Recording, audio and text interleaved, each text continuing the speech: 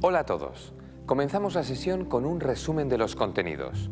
La protección del rey mediante el enroque rápido será el tema de la sección de aperturas. En táctica os mostraremos las combinaciones idóneas en el desarrollo del mediojuego. La parte de estrategia la dedicaremos a analizar cuándo nos interesa cambiar piezas y cuándo no. En la sección de finales estudiaremos la forma de dar mate con el rey y una sola torre.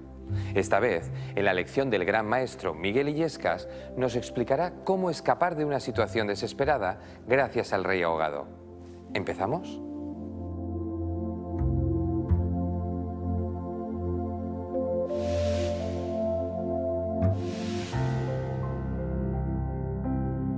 En el ajedrez existen muchas aperturas y defensas. Todas han sido ya clasificadas y ampliamente analizadas. Pero antes de entrar a estudiarlas a fondo, es imprescindible comprender bien sus principios básicos. Ya hemos visto algunos, como el concepto de desarrollo y control del centro. Ahora vamos a examinar el enroque, o mejor dicho, la conveniencia de enrocar lo antes posible. En la apertura se produce un choque en el centro y a menudo se cambian los peones y se abren las columnas centrales. Esto pone al rey en grave peligro, ya que queda expuesto en un espacio abierto sin la cobertura de sus peones. ¿Cómo podemos protegerlo? La mejor acción es enrocar. De esta manera, el rey quedará resguardado tras una barrera de peones y flanqueado por una de las torres. El procedimiento más rápido para facilitar el enroque es sacar el peón de rey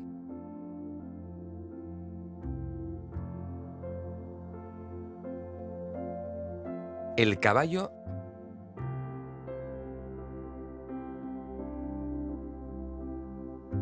y el alfil.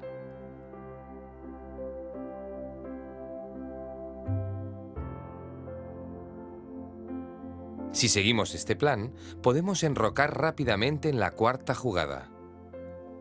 Como podéis ver, el enroque permite un doble objetivo: proteger el rey y a la vez acercar las torres a las columnas centrales.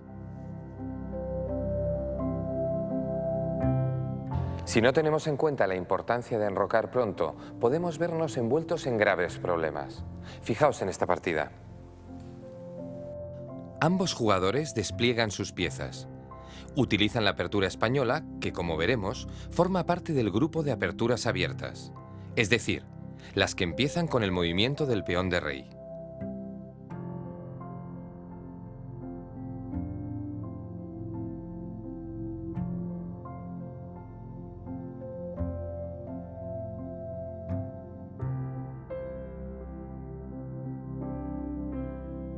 Las negras juegan bien y podrían haber continuado de forma excelente si en la quinta jugada hubiesen enrocado. Pero no lo hacen. Mueven el peón a la casilla de 6 y se ponen en peligro. Después de algunos movimientos, las blancas toman el centro y aprovechan la clavada.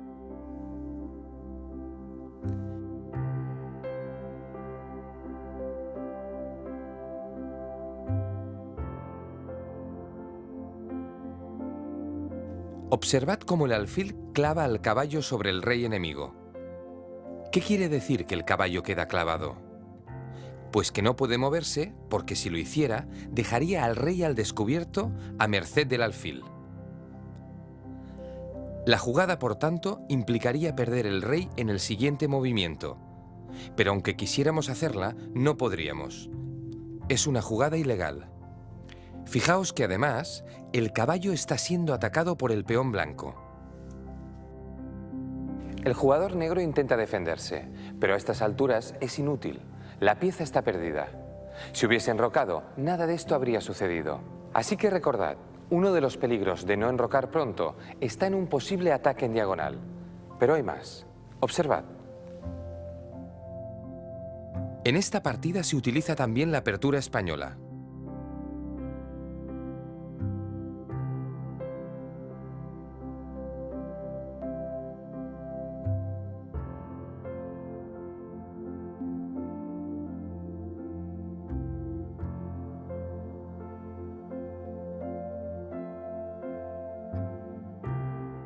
Las negras juegan bien hasta que de manera muy arriesgada capturan un peón central. Advertid cómo la torre blanca ejerce una acción de ataque sobre el caballo, pero también por rayos X, sobre el peón y sobre el rey. Esto significa que si el caballo se retira, el peón estará amenazado por la torre, y si el peón cae, el que entonces se verá atacado será el rey. Aquí podemos apreciar con claridad cómo el enroque de las blancas sirve también para dominar la columna central con la torre. Sigamos la partida un poco más. Las negras intentan defender el caballo, pero no es una buena jugada. Habría resultado más eficaz retirarlo desde un primer momento, porque las blancas tienen capacidad para expulsarlo. El caballo se ve obligado a huir al verse amenazado por un peón. Las blancas toman el centro y por fin vemos las consecuencias. Como decíamos, la torre amenaza vía rayos X al rey enemigo. Pero además, el caballo y el alfil atacan el punto C6. Cuando las negras eliminan a uno de los agresores, se encuentran con que, ahora, deben pagar un precio elevadísimo por no haber enrocado. Su rey ha quedado totalmente desprotegido en una columna abierta.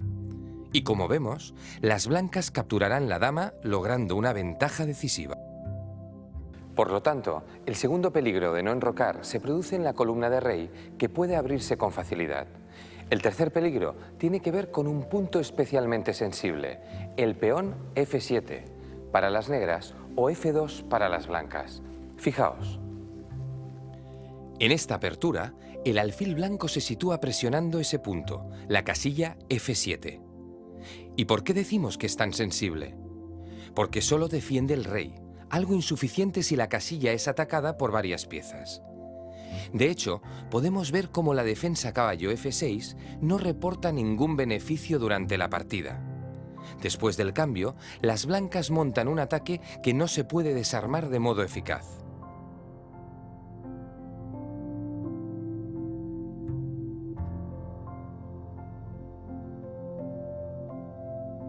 La dama podría intentarlo, pero con los cambios, las negras pierden material.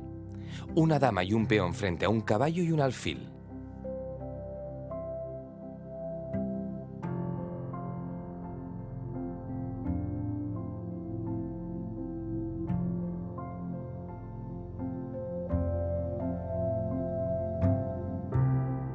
Como hemos podido comprobar, es muy importante poner a salvo el rey antes de que pueda verse amenazado. Vamos a estudiar ahora la segunda razón por la que debemos enrocar, la puesta en juego de las torres. Analizaremos primero un ejemplo de enroque corto. Las blancas salen con una apertura española que les permite desarrollar bien las piezas, atacar el centro y preparar el enroque.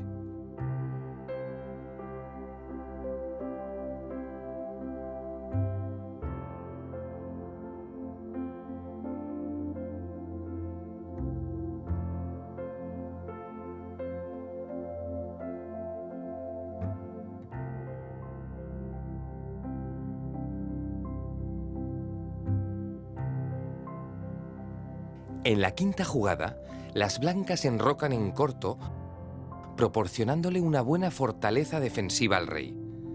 Pero además, la torre ya está en condiciones de jugar. Si las negras capturasen el peón, la torre sería una amenaza para todas las piezas de la columna.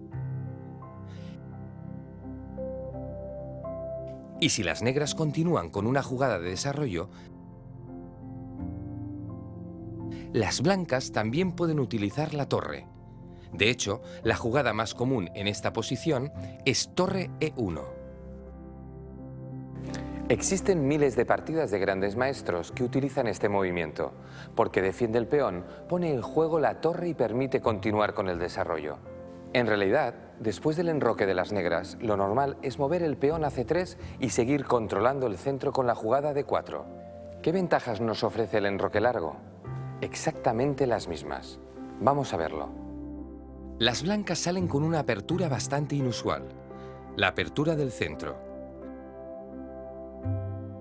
Es difícil de ver porque saca la dama desde el principio, algo en general poco aconsejable. Pero aquí las blancas tienen una clara intención de enrocar largo y por eso despejan el camino al rey.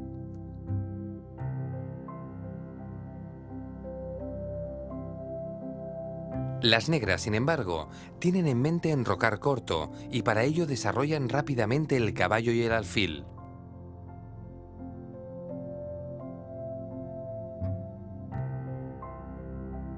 Observad cómo las blancas abren un pasillo que permitirá el enroque largo. Las negras enrocan, pero ahora ya sabemos qué intenciones se esconden tras este movimiento. ¿No es así?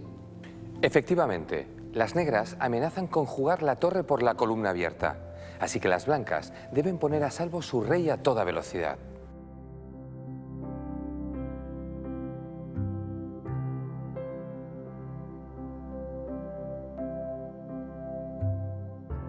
Enrocan y con ello consiguen refugiar al rey.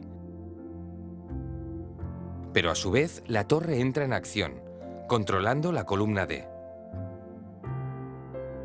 Cuando las negras, con un movimiento muy lógico, desplazan su torre a la columna, ambas torres, la blanca de D1 y la negra de E8, consiguen molestar a la dama adversaria por rayos X.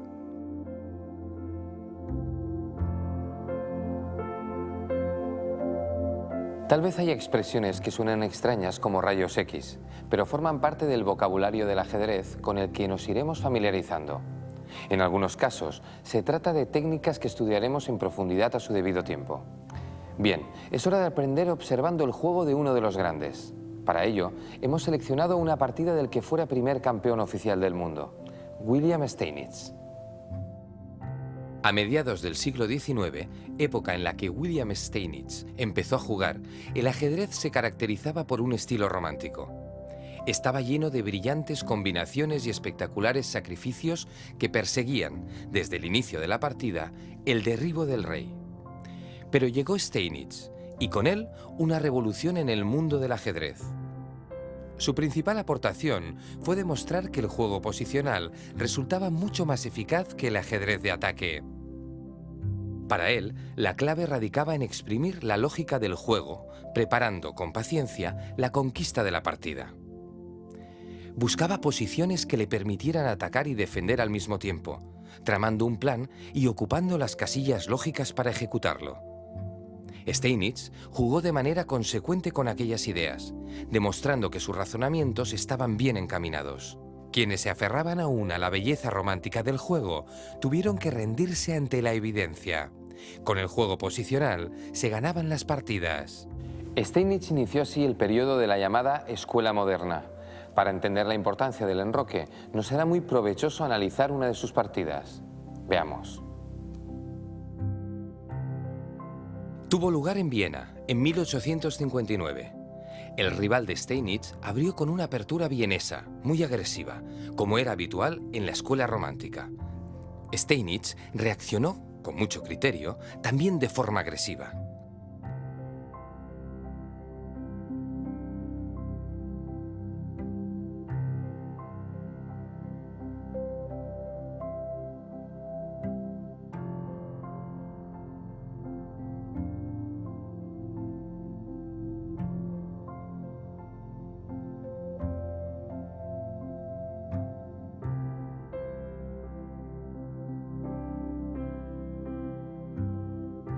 Sacó su dama, aprovechando que el rey blanco se encontraba totalmente desprotegido, y con este movimiento puso a su rival en un grave apuro.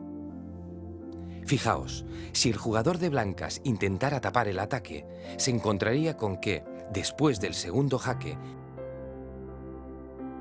Steinitz podría tomar la torre. Una ganancia de material considerable. Por lo tanto, las blancas se vieron obligadas a mover el rey, perdiendo el derecho al enroque. Un fallo terrible que Steinitz aprovechó sacando piezas a toda velocidad para atacar al rey enemigo. A partir de entonces, el juego de las negras se volvió muy activo. Steinitz siguió desarrollando piezas y aportando nuevos efectivos al ataque.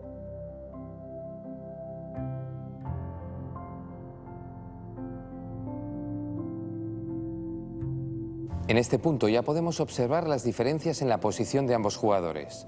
Steinitz ha enrocado, por lo tanto, tiene a su rey bien protegido, al contrario que su rival, que está pagando las consecuencias. La partida siguió adelante y Steinitz la ganó de forma brillante. No vamos a analizarla ahora por completo, pero por curiosidad vamos a estudiar la última posición.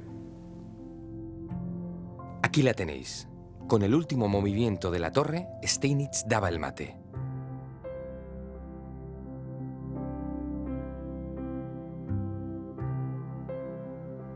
Fijaos en que conservó intactos todos los peones del enroque y también en las columnas F, G y H, que no se movieron del sitio. Eso significa que Steinitz fue capaz de sacar todas sus piezas solo por las columnas centrales, lo cual fue posible, en gran medida, gracias al enroque. No pudo decir lo mismo su rival, que perdió el control de la partida por no enrocar a tiempo. A partir de ahora, recordad, si desarrolláis vuestras piezas luchando por el centro y enrocáis pronto, seguro que habréis jugado bien la apertura. Ahora ha llegado el momento de poner en práctica todos estos conocimientos, así que voy a plantearos algunos ejercicios. Vamos con el primero. Observad los siguientes movimientos. Son muy típicos de las aperturas abiertas. Y teniendo en cuenta que el objetivo es desarrollar nuestras piezas, dominar el centro y enrocar pronto,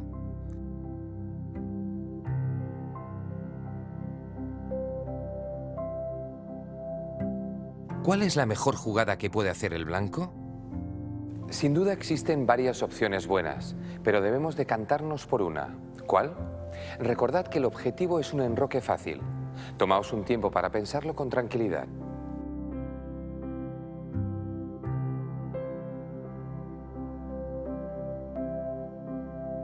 Bien, vamos a analizar las diferentes posibilidades. Una buena jugada sería alfil C4, que daría lugar a la apertura italiana. Con este movimiento se consigue desarrollar el alfil, dominar casillas muy importantes y además preparar el enroque corto. Lograríamos los mismos objetivos practicando la apertura española, alfil B5, otra muy buena jugada. Felicidades a los que os hayáis decidido por cualquiera de las dos. Con idea de enrocar, podríamos haber movido el alfil a E2. No es un mal movimiento, pero no consigue luchar por el centro como lo hacían los anteriores. El movimiento alfil D3 desarrolla, controla el centro y prepara el enroque, pero obstruye el peón D. Así que no es un mal movimiento, pero tampoco es potente. Resulta demasiado defensivo. Desarrollar el otro caballo en C3 también sería una buena jugada, pero nuestro propósito era encontrar un movimiento que ayudara al enroque y este no lo hace. Ocurriría lo mismo si moviéramos peón D4. Cualquier otro movimiento no sería apropiado. Si os parece, vamos a por un segundo ejercicio. Observamos cómo se desarrolla la apertura italiana y vamos a ponernos en el punto de vista de las negras.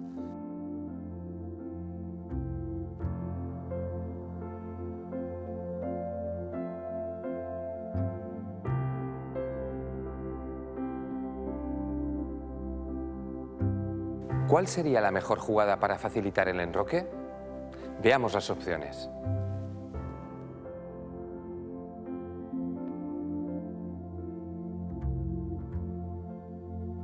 Desde luego, no lo es caballo H6. Es verdad que prepara el enroque, pero recordad que un caballo en la linde del tablero no explota toda su potencia. Controla menos casillas y no lucha de forma eficaz por el control del centro. Caballo de G a E7 resultaría un poco mejor, pero no tanto como la opción buena, caballo F6. En esta posición, el caballo domina el centro de forma ideal y además abre el camino para el enroque.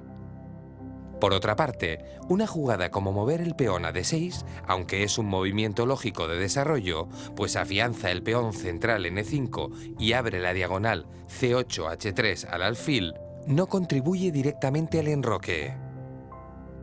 Caballo F6. Enhorabuena a los que hayáis acertado. Para acabar, intentemos resolver un último ejercicio un poco más difícil. Atentos a la partida.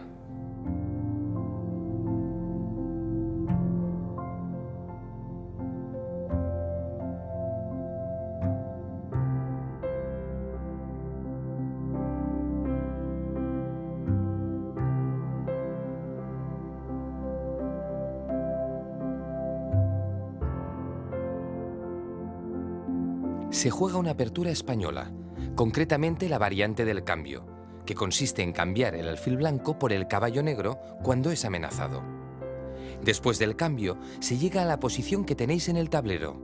La pregunta es, ¿qué es lo más conveniente para el jugador blanco? ¿Enrocar o capturar el peón en E5? Pensad en todo lo que hemos aprendido. Debéis imaginar qué haría el jugador negro si el caballo capturase el peón y, en consecuencia, tomad una decisión. Tiempo.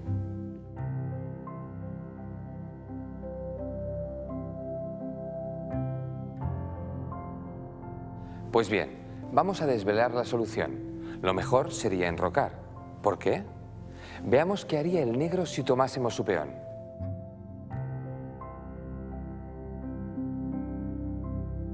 Probablemente contraatacaría con la dama,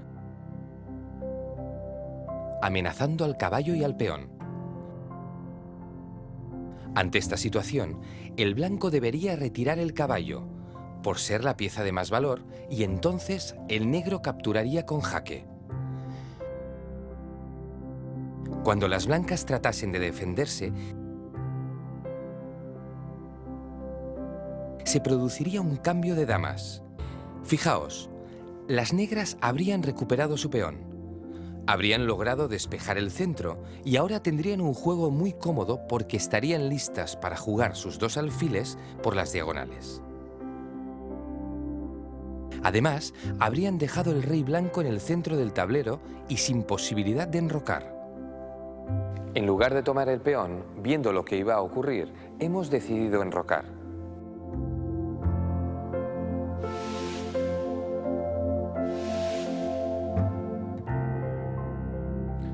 Vamos a estudiar ahora uno de los recursos más utilizados durante el mediojuego, la combinación. Pero, ¿qué es una combinación?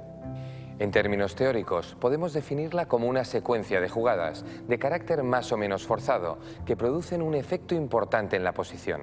La combinación puede servir para dar mate, para ganar material, para salir de una situación difícil o para lograr ventajas estratégicas. Pero, ¿cómo podemos dar con las combinaciones correctas? Lo descubriremos con algunos ejemplos. Vamos a empezar con una partida que protagonizó Paul Morphy cuando tenía tan solo 12 años. En ella veremos una combinación espectacular que acaba con un precioso mate. Atentos al tablero. Juegan las negras. Morphy mueve dama B6, atacando al rey blanco por la diagonal en una acción de rayos X. Este movimiento permite que el caballo pueda saltar impunemente, ya que si se desplaza, deja al rey enemigo en jaque. Las blancas, viéndolo venir, apartan su rey. Entonces Morphy captura el alfil, cambiándolo por su caballo, y de esta manera despeja la diagonal y aparta a la dama de la fila 3. Lo que está haciendo es preparar la combinación que empieza con este jaque.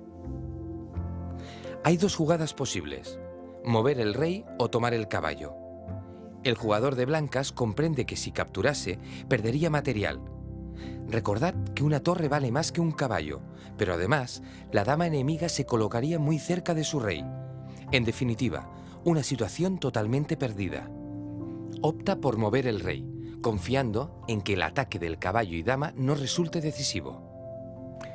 Aquí es cuando las negras pueden anunciar mate en 3 jugadas. Es el famoso mate de la coz. Estas son las condiciones que tienen que darse: el caballo y la dama en una posición similar y el rey enrocado con sus dos peones delante y su torre al lado. Tal vez podáis ver ya la combinación. Efectivamente. Primero un jaque doble, jaque con 2 piezas, una técnica que estudiaremos en profundidad más adelante. El rey no tiene otro remedio que regresar al rincón, y ahora viene la jugada espectacular. Sacrificio de atracción. La dama negra, defendida por el caballo, entra hasta la cocina y amenaza de forma decisiva al rey. La torre se ve atraída a la casilla G1 y así el rey queda atrapado por su propio ejército. El caballo salta a la casilla decisiva, dando el mate de la coz. Espectacular y efectivo. La combinación es sorprendente, cierto, pero en el fondo es bastante sencilla para un jugador del nivel de Paul Morphy. Él conocía el mate de la coz, así que pudo encontrar sin problemas esta combinación. Más adelante examinaremos muchos modelos de mate y eso nos ayudará a imaginar las combinaciones. Ahora bien, de esta partida ya podemos extraer una lección muy útil. Tanto para encontrar combinaciones como para defenderse de ellas, es fundamental identificar antes los posibles jaques, capturas y amenazas importantes. Si atacamos puntos importantes, forzaremos a nuestro rival a defenderse según lo que hemos previsto. Esto nos permitirá controlar la situación.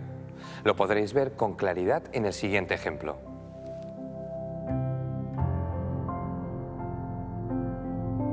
Fijaos, es el turno de las blancas y están a punto de perder la partida. Es cierto que ganan a nivel material, tienen un alfil de más, pero el negro está amenazando con dos mates. El primero en la casilla G2, la dama está defendida por el peón, y el segundo en la casilla H2, ya que la dama está apoyada por su torre. Así que el jugador blanco tiene que darse cuenta de que no puede salvar su rey. Comprender la naturaleza del problema es el primer requisito para encontrar una solución. Tenemos que buscar un contraataque fulminante. Tal vez hayáis pensado que buscar el mate con dama A5 sería una opción, pero no lo es. No tenemos tanto tiempo. Las negras nos darían mate en una jugada.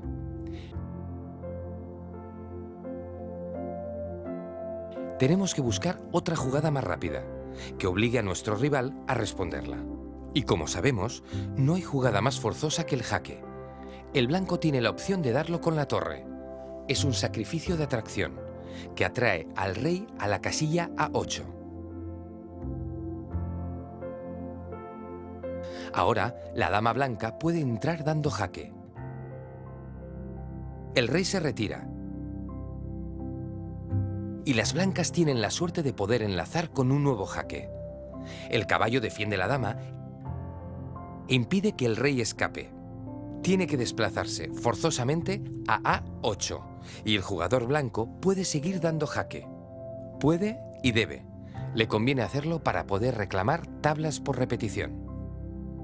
Si el blanco intentase cualquier otra jugada, el negro le daría mate en una. Así que da el jaque continuo y reclama tablas.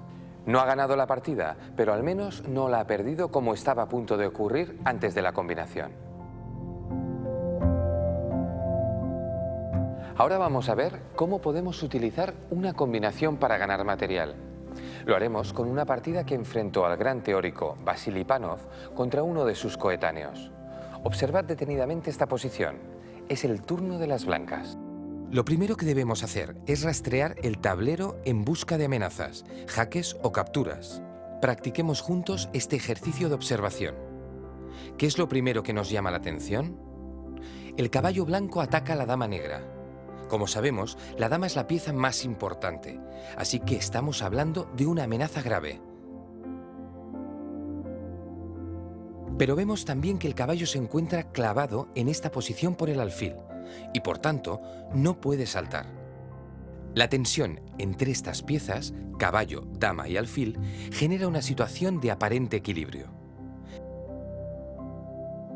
Sin embargo, hay una pieza que puede romper ese equilibrio. Efectivamente, estaría bien que el caballo ubicado en C4 saltase a D6 para dar lo que se llama un jaque doble, es decir, atacar a la vez, con una misma pieza, el rey y la dama enemigos.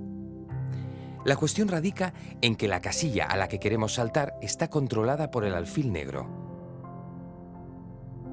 Podríamos estar ante una gran oportunidad. Fijaos bien. El alfil negro está ahora mismo sobrecargado. Por un lado, clava al caballo y por otro, controla una casilla decisiva. Y aquí se nos enciende una luz, como le pasó en su día a Panov. y encontramos la combinación. Pensad que lo que queremos es ganar material, así que saltamos con el caballo dando el jaque doble. De esta manera, desviamos al alfil de su posición y el caballo de C3 queda liberado para capturar la dama enemiga. Así fue como Panov sacó partido al concepto de pieza sobrecargada y consiguió ganar material de forma decisiva. Como habéis visto, ha resultado fundamental estudiar los pequeños detalles y las posibles jugadas. Vamos con un segundo ejemplo de combinación para ganar material. Ahora que ya estáis un poco entrenados en la búsqueda de combinaciones, os animo a que intentéis encontrarla. La partida se celebró en el Gran Torneo de Ockham, donde el gran maestro Vladimir Akopian, que jugaba con las blancas, consiguió ganar una pieza por un procedimiento bastante simple. A ver si lo adivináis. La combinación empieza con dama D8 jaque. Las blancas obligan al rey negro a retirarse a la casilla H7 y continúan con la combinación dama H4 jaque.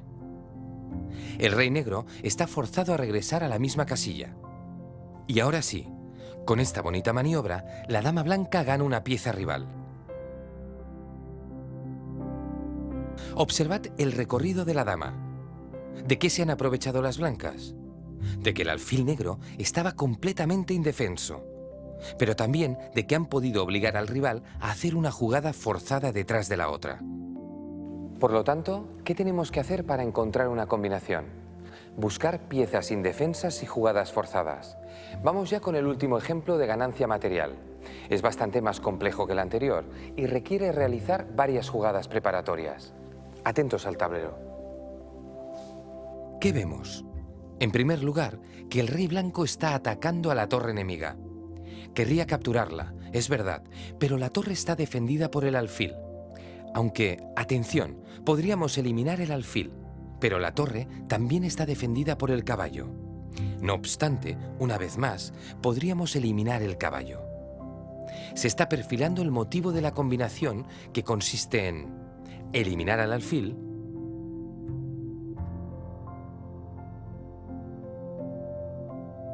eliminar el caballo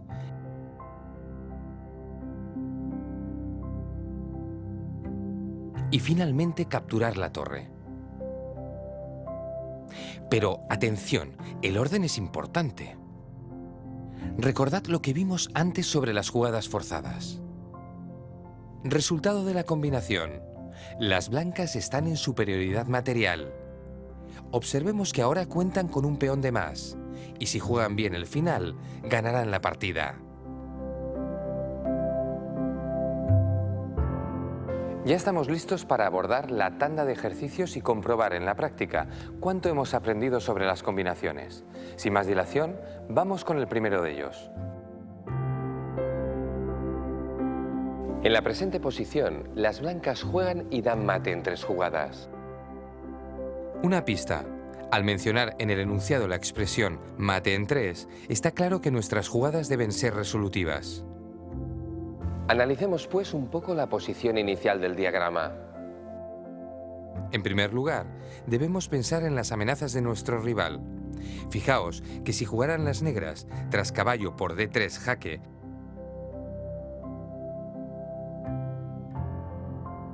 la dama negra daría mate con dama por C2. Además, las negras ya cuentan con una gran ventaja material, por tanto, no hay tiempo que perder. Y si rey B1 sigue también dama por C2 jaque, rey A1 y dama B2 mate. Como nos han indicado que podemos dar mate en 3, consideremos entonces las posibles jugadas de ataque de que disponen las blancas. Lo primero que llama la atención es la tremenda presión que ejerce la torre blanca en la columna abierta H.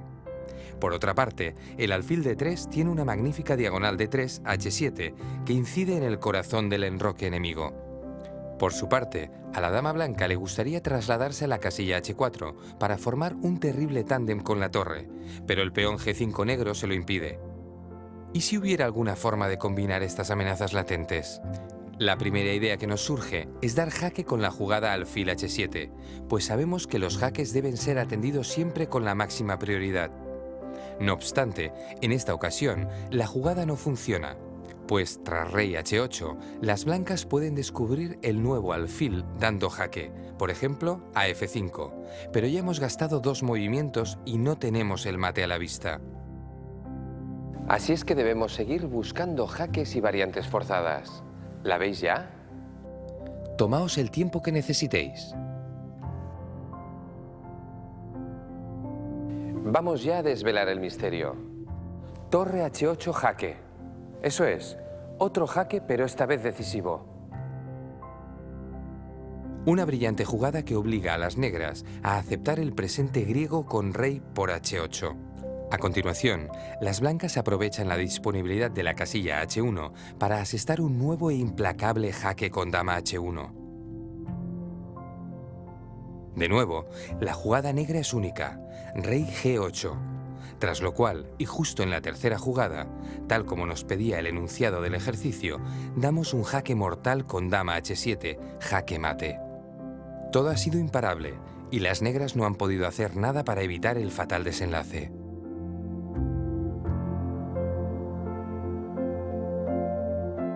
Como habéis comprobado en el ejercicio anterior, el enunciado era una buena pista, que nos obligaba a encontrar algo realmente decisivo para el primer jugador.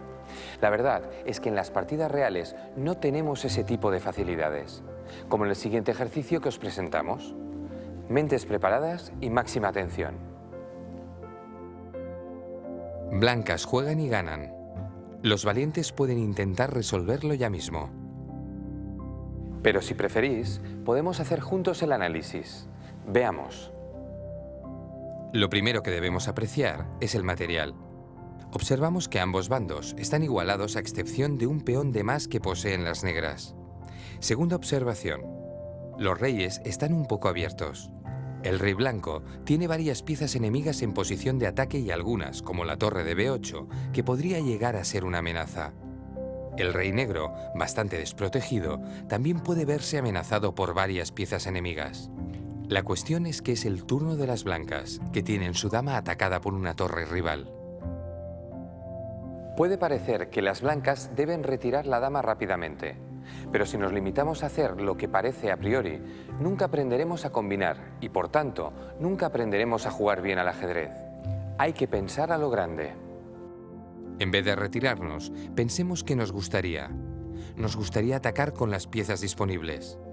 Sería ideal, por ejemplo, que el alfil pudiera colocarse en d4 y dar jaque. No voy a ayudaros más. Tenéis todos los datos y una pregunta para responder. ¿Qué puede hacer el blanco para ganar la partida en pocos movimientos? Tomaos el tiempo que necesitéis.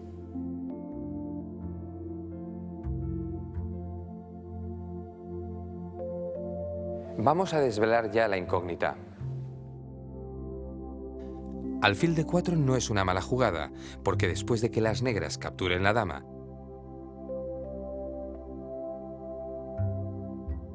las blancas toman primero el alfil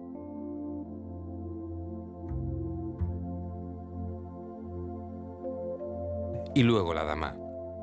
Ganan una pieza, no está nada mal. Pero hay una combinación todavía mejor. Torre e8 jaque.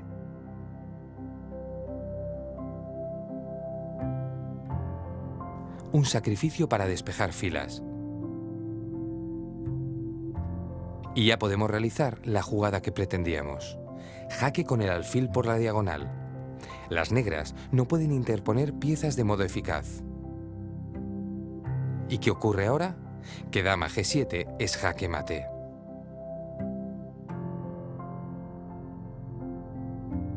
Una combinación excelente que acaba con el llamado mate del beso. Un mate que veremos con todo detalle. Os felicito si habéis logrado descubrir la solución. Era bastante difícil. Vamos ya con el último ejercicio de esta sección. Juegan blancas y ganan. Observamos igualdad material, pero las blancas tienen mucha ventaja. ¿Por qué? Porque su rey está bastante bien defendido, mientras que el rey negro está expuesto a los ataques en medio del tablero.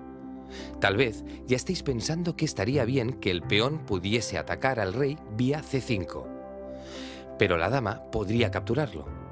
Ahora mismo no es un buen movimiento. Debemos buscar otra solución. Una pista. El objetivo aquí no es dar mate, sino ganar material. Probablemente, el blanco tiene varias opciones buenas. Debemos escoger una. ¿Cuál?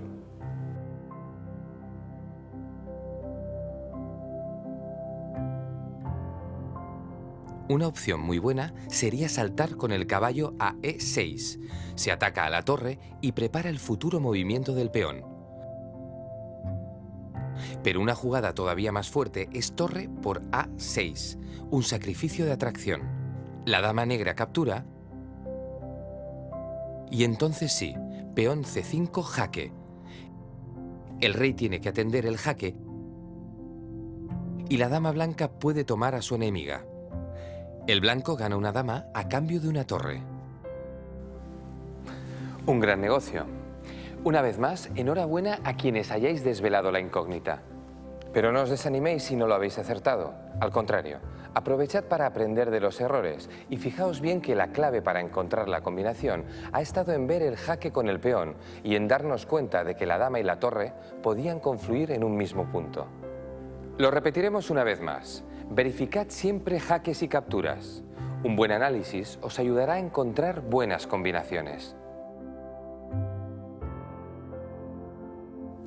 Muy buenas, Miguel. Encantado de tenerte con nosotros. Es un placer para mí compartir tablero contigo, Marcos.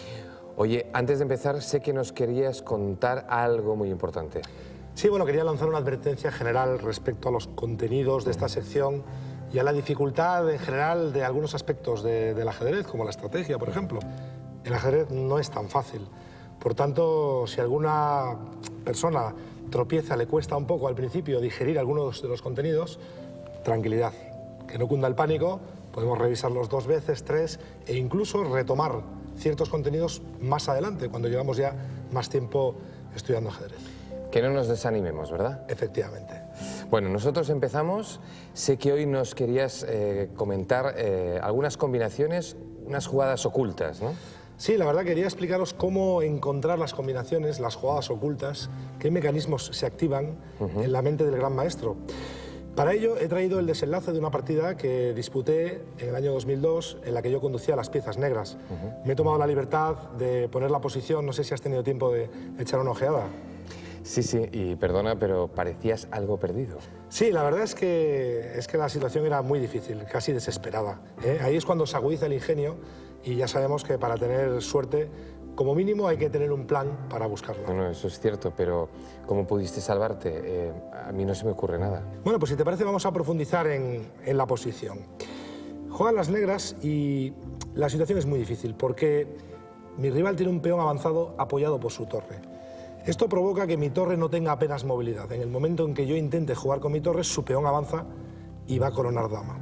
Por tanto, estoy condenado a una situación pasiva. Mi rey, lo mismo. Mi rey está cortado, copado por sus piezas y realmente es que ya se me están acabando las jugadas útiles.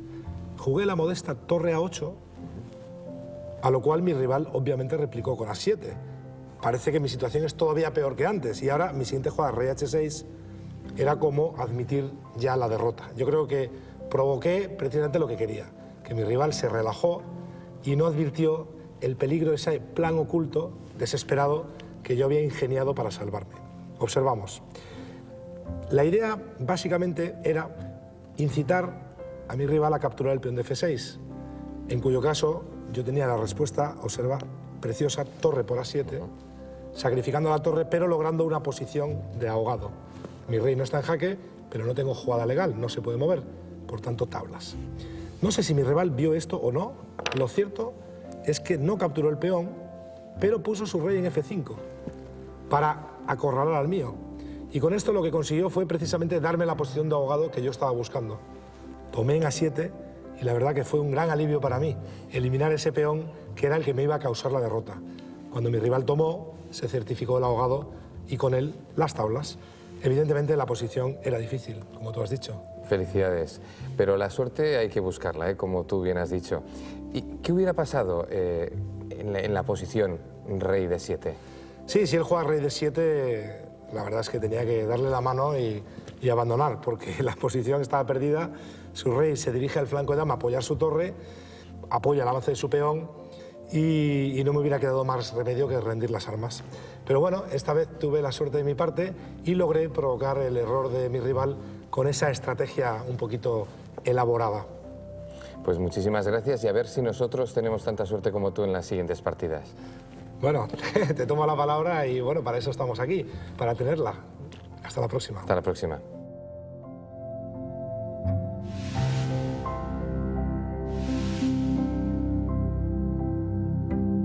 En ajedrez, los cambios de piezas son una constante. Por lo tanto, es necesario que aprendamos bien a distinguir cuándo nos interesan y cuándo no. Esto tiene una relación directa con el concepto de amenaza y defensa.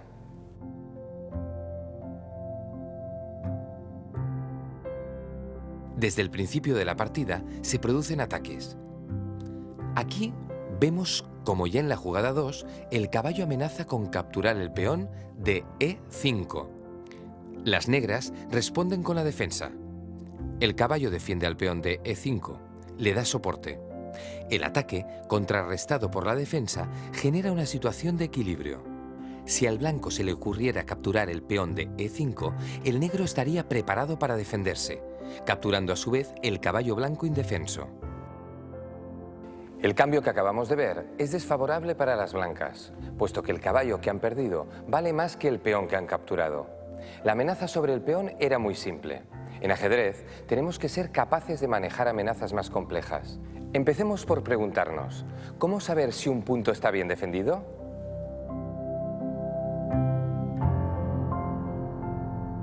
Observemos esta posición y centrémonos en el punto E5. Vemos que está siendo atacado por 3 piezas y defendido por otras 3. En principio, cuando hay equilibrio entre ataque y defensa, podemos decir que un punto está bien cubierto. Veamos qué pasa si el blanco captura.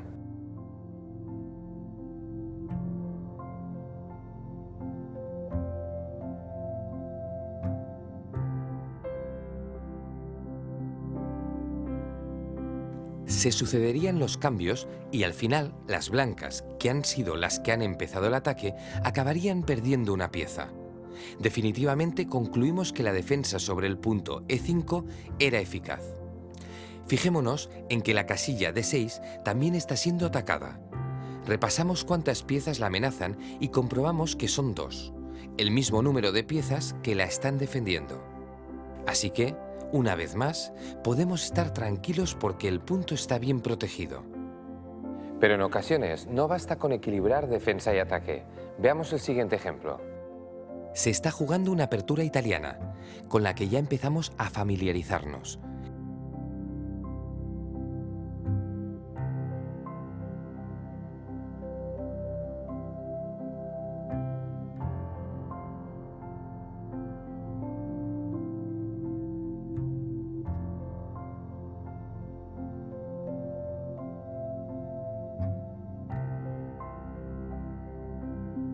Y vemos como 2 piezas blancas, caballo y alfil, organizan un ataque súbito contra la casilla F7.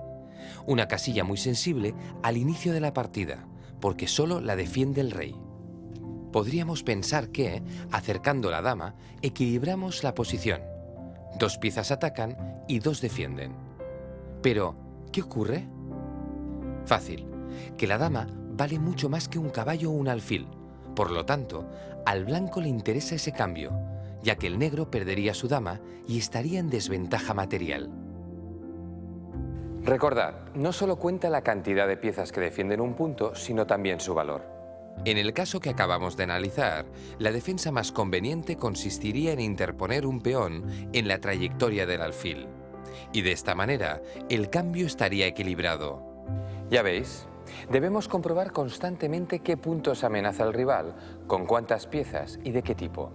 Así sabremos lo que podemos perder o ganar con las capturas disponibles. Efectivamente, es muy importante sopesar los posibles cambios en cada posición. Debemos saber si nos convienen o no.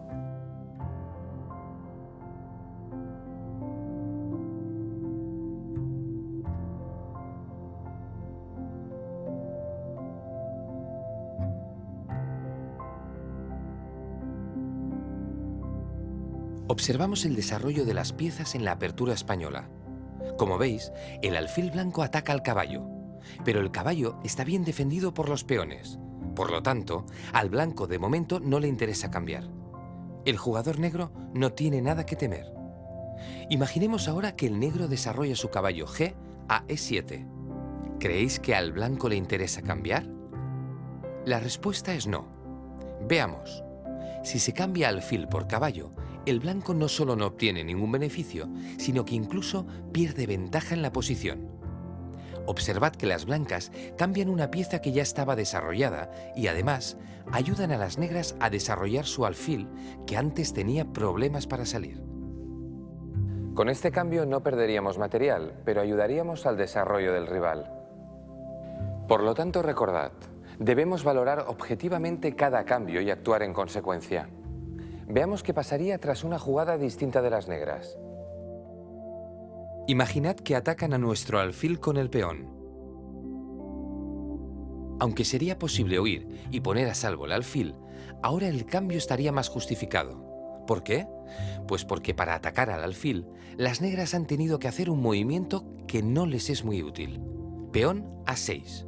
Por lo tanto, han perdido un turno solo para amenazar al alfil y nosotros podemos aprovecharlo cambiando. Si en lugar de mover el peón, las negras saltaran al centro con el caballo, el cambio también estaría justificado. Si capturamos, conseguimos mantener la ventaja de desarrollo. Tenemos una pieza bien desarrollada y nuestro rival no tiene ninguna. Y ahora, por ejemplo, podríamos enrocar.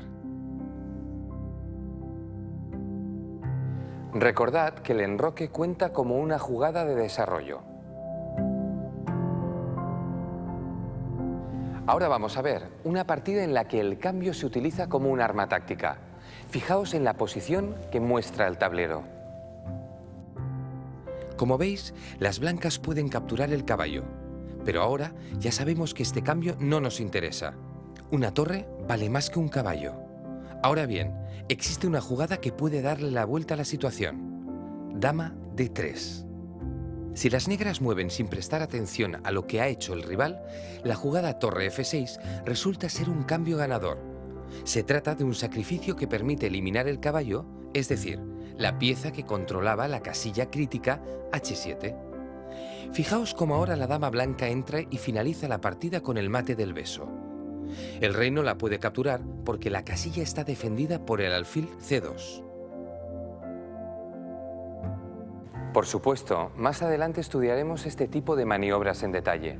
De momento, basta con quedarnos con la idea de que un cambio, en este caso un sacrificio, puede utilizarse como un arma de ataque. Y vamos ya con el último ejemplo. Nos servirá para entender con toda claridad lo que es un cambio favorable. Juegan las blancas. Como siempre, analizamos la posición y lo primero que comprobamos es que este bando tiene una importante ventaja material. 3 peones de más. Sin embargo, su rey está en un grave peligro. Se encuentra muy solo, expuesto a varias piezas enemigas que, de hecho, amenazan darle jaque mate. Fijaos, si las blancas no se diesen cuenta del peligro y avanzasen felices con su peón, recibirían rápidamente un jaque moviendo la torre a G8. El rey huiría a la única casilla disponible y con la dama en F3 sería mate. Así que las blancas tienen que rastrear el tablero en busca de alguna jugada que les ayude a superar esta situación. En la búsqueda siempre hay que verificar los posibles jaques y las capturas. ¿Y qué encuentran? Efectivamente, dama C5, jaque. Este jaque ataca al rey y a la dama. Es una propuesta de cambio que el negro está obligado a aceptar. De lo contrario, perdería su dama. ¿Y qué consiguen las blancas después del cambio? Simplificar la posición y mantener la superioridad material, lo que sin duda facilitará su camino a la victoria. Ahora, además, el rey puede defenderse sin problemas. Vamos a pasar ya a los ejercicios, pero antes recordad, siempre hay que comprobar de forma rutinaria las amenazas y la calidad de la defensa. De esta manera podréis evitar cambios desfavorables. Ahora sí, vamos a confirmar que hemos asimilado bien los conceptos de ataque, defensa y cambios con unos ejercicios.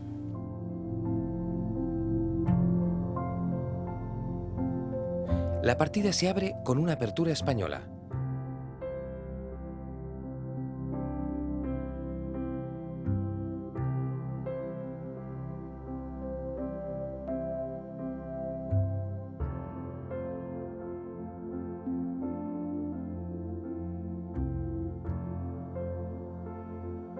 En este caso, las negras se protegen con la defensa Steinitz, así denominada en honor al primer campeón mundial, un ajedrecista al que ya conocemos. Y aquí la pregunta es, ¿qué jugada haríais? ¿El cambio alfil por caballo sería positivo para las blancas? Utilizad la intuición.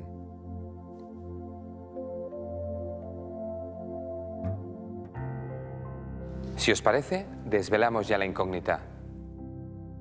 El cambio alfil por caballo no ofrece ninguna ventaja para el jugador blanco. Observad que, de hecho, ese cambio podría realizarse en cualquier momento, porque el caballo no puede moverse, está clavado por el alfil en esta posición. El cambio, por tanto, no nos da ninguna ventaja, al contrario, acabaríamos con la tensión muy positiva que el alfil ejerce sobre el caballo.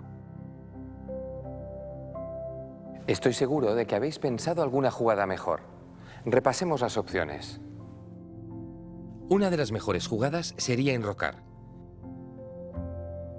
Otra, interesante y agresiva, consistiría en ocupar el centro con D4. Con este movimiento aprovecharíamos la clavada para presionar las casillas centrales. Acordaos, el caballo no se puede mover. Otra jugada buena, aunque no tanto, sería caballo C3, que permitiría desarrollar la pieza. Por último, me permitiré señalar un buen movimiento algo más complejo, peón C3, con la intención de ocupar después el centro con rotundidad, con el movimiento peón D4. Podéis estar satisfechos si vuestra opción era una de estas cuatro. Pasemos al siguiente ejercicio. Atentos.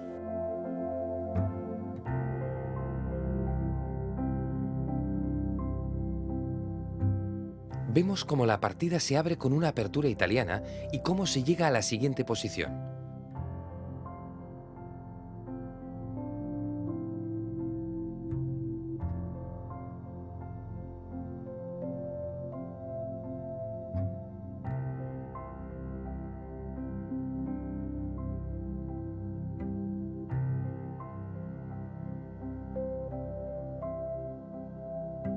Pregunta: ¿pueden las blancas avanzar su peón a D4?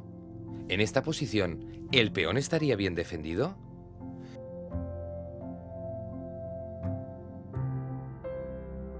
Sí, efectivamente, el punto está atacado por 3 piezas y defendido por otras 3. Comprobamos entonces que si el negro decidiese capturar, nosotros podríamos defendernos sin ningún problema.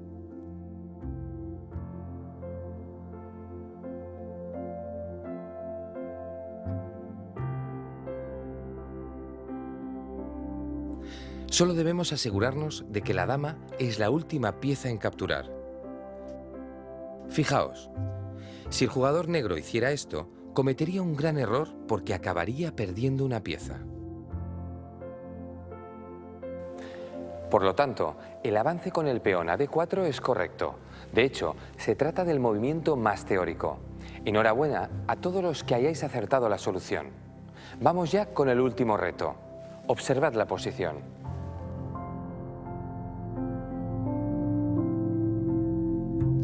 Juegan blancas. En esta ocasión tendréis que hacer vosotros solos el análisis para poder responder a la siguiente pregunta. ¿Es aconsejable para las blancas capturar la dama negra y cambiarla por la propia?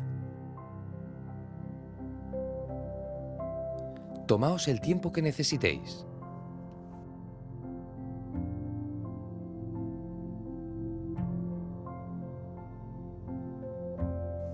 No, desde luego que no. Se trata de un cambio equilibrado, dama por dama, pero sería un grave error. Las negras quedarían con un final ventajoso, donde sus torres podrían atacar y sus peones avanzar. De hecho, si hemos analizado la posición correctamente, nos habremos dado cuenta de que las blancas estaban en inferioridad material. Poseían un caballo frente a la torre del rival, y el caballo, como sabemos, vale menos. Eso significa que a las blancas no les interesa simplificar la posición, pero es que además pueden ir más allá, pueden atacar. De hecho, cualquier jugada que evite el cambio y ataque al rival es buena. La mejor de todas sería dama G5 jaque. Se trata de una jugada ganadora porque permite organizar rápidamente un ataque de mate con la dama y con la torre.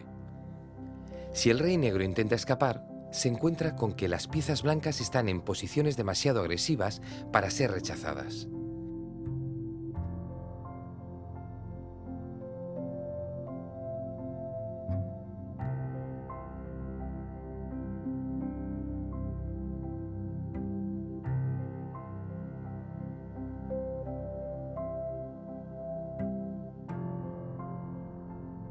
Como vemos, recibe jaque mate.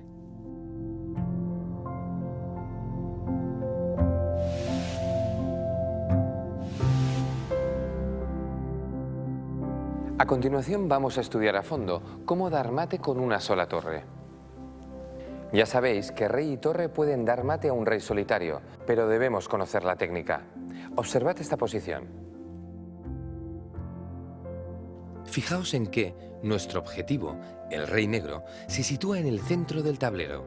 Probablemente ya estáis pensando en llevar la torre hasta la sexta fila para dar un jaque. Pero inmediatamente os daréis cuenta de que no es suficiente. Nuestro rey controla 3 casillas y la torre 3 más. Como decimos, no es suficiente. Deberíamos controlar un total de 8 casillas, porque, tal y como están las cosas, ahora mismo el rey puede huir por la séptima fila. De hecho, eso es lo que hará. Observamos entonces que la torre corta las opciones de salida por la séptima fila. Pero cuidado, si nosotros intentásemos seguir dándole jaque, el rey se nos escaparía irremediablemente por la sexta fila. Por lo tanto, dar jaque continuamente con la torre no nos permitirá ganar la partida. Cuando estudiamos el mate con 2 torres, aprendimos que era fundamental llevar el rey a la banda del tablero. En este caso, pasa exactamente lo mismo. El rey en el centro dispone de muchas casillas. Por lo tanto, nuestro objetivo es este, llevarlo al borde del tablero. Este es el mate que estamos buscando. Para conseguirlo, necesitamos aprender el modo de llevar el rey a la banda, con el esfuerzo combinado de nuestras piezas. Vamos a tener en cuenta algunas reglas básicas. Son ideas sencillas e intuitivas, fáciles de recordar. Lo primero es cortar el paso al rey enemigo. Partimos el tablero en 2 y el rey negro queda confinado en 3 filas. La torre sola no puede hacer más por el momento, así que ha llegado la hora de aproximar el rey. Esa va a ser nuestra segunda tarea. A medida que el rey se va aproximando, las negras también juegan, y cabe esperar que puntualmente ataquen nuestra torre. Entonces, debemos recordar la tercera idea clave en este final. Si nos amenazan la torre, mantengamos el corte en la misma fila y alejemos nuestra pieza lo máximo posible del rey enemigo. Seguimos con la aproximación del rey, pero fijaos en la cuarta idea que debéis recordar. Colocamos nuestro rey a salto de caballo del rey enemigo. Haciendo avanzar al rey a salto de caballo, nos anticipamos al movimiento lógico de nuestro adversario, la huida hacia el centro. Volvemos a cortar con la torre. Y es el momento de aplicar la quinta idea de esta estrategia, el jaque lateral o jaque en oposición. Nuestro rey controla ahora las 3 casillas de escape hacia el centro. El enemigo se ve obligado a retroceder y reducir así su espacio vital de 3 a 2 filas. El rey blanco vuelve a avanzar a salto de caballo. Si el rey negro fuera a E7, le daríamos otra vez jaque lateral. Además, se aproximaría hacia la banda, por lo que se acercaría rápidamente al mate. Cuando el oponente intenta huir, le seguimos con el rey. Seguir avanzando a salto de caballo y continuar evitando que el negro se acerque al centro. Llega un momento en que, inevitablemente, las negras tienen que ir a la banda. Si lo hacen, aplicamos la última idea de este mate: cortar en la banda. Si el rey negro pretende escapar de ese corte, se mueve hacia el centro, con lo cual recibe de nuevo el jaque lateral. Finalmente, el jugador negro debe retroceder, reduciendo así su espacio a una sola fila. En ese momento, el jaque mate en el rincón es inevitable. Cuando el rey escapa, seguimos persiguiéndolo. Si trata de ir hacia el centro, recibe jaque lateral, también llamado jaque en oposición. Así que llega un momento que ya no puede huir más. Entonces se ve obligado a regresar y recibe el mate que ya conocemos.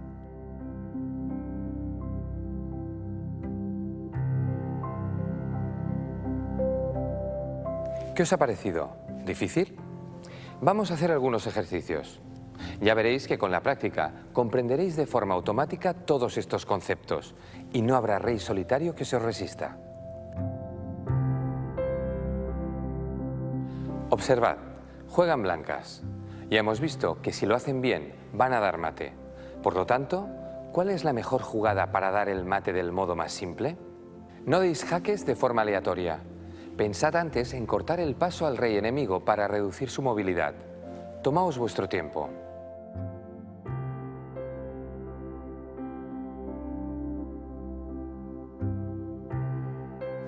Vamos a ver ya la respuesta.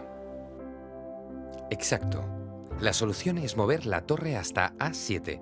De esta manera, el rey negro queda confinado a la última fila y ahí será donde recibirá el mate. Lo siguiente será acercar nuestro rey y dar mate. Este primer ejercicio era fácil. Veamos el segundo. Fijaos en la siguiente posición. Juegan blancas y dan mate en 2 jugadas. ¿Cómo lo veis? Cuidado, no hagáis la jugada más evidente. Hemos dicho que conseguimos el mate en 2 jugadas, así que pensadlo bien.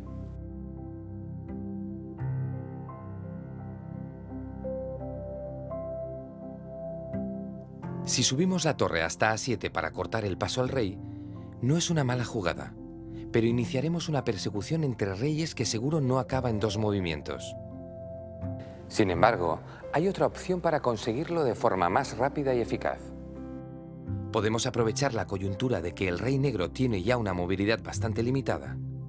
El rey blanco está muy cerca, por lo que ya está amenazando 2 casillas del negro. Con la jugada torre de 1, hacemos un corte vertical y reducimos en 2 casillas más la movilidad del rey negro. Ahora, el rey negro solo tiene una opción y le hemos obligado a colocarse en posición para recibir el mate en la próxima jugada. Muy bien para los que hayáis acertado. En todo caso, lo importante es acabar dando mate. Pregunta: ¿cuál es el método más rápido para dar jaque mate, teniendo en cuenta que le toca al blanco?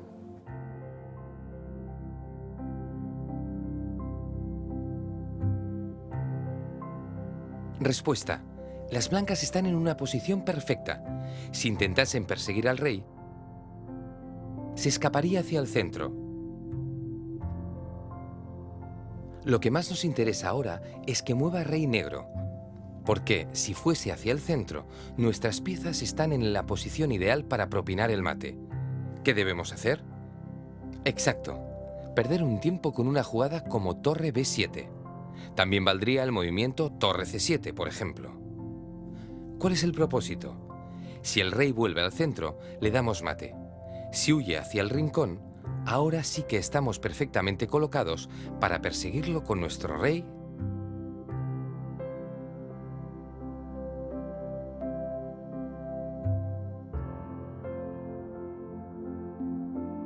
y darle mate. Bien, hemos acabado. Espero que hayáis podido sacar el máximo partido de los conceptos mostrados. Es importante que volváis atrás, los repaséis y analicéis bien todas las jugadas. Pero sobre todo, practicad. Practicad cuanto podáis.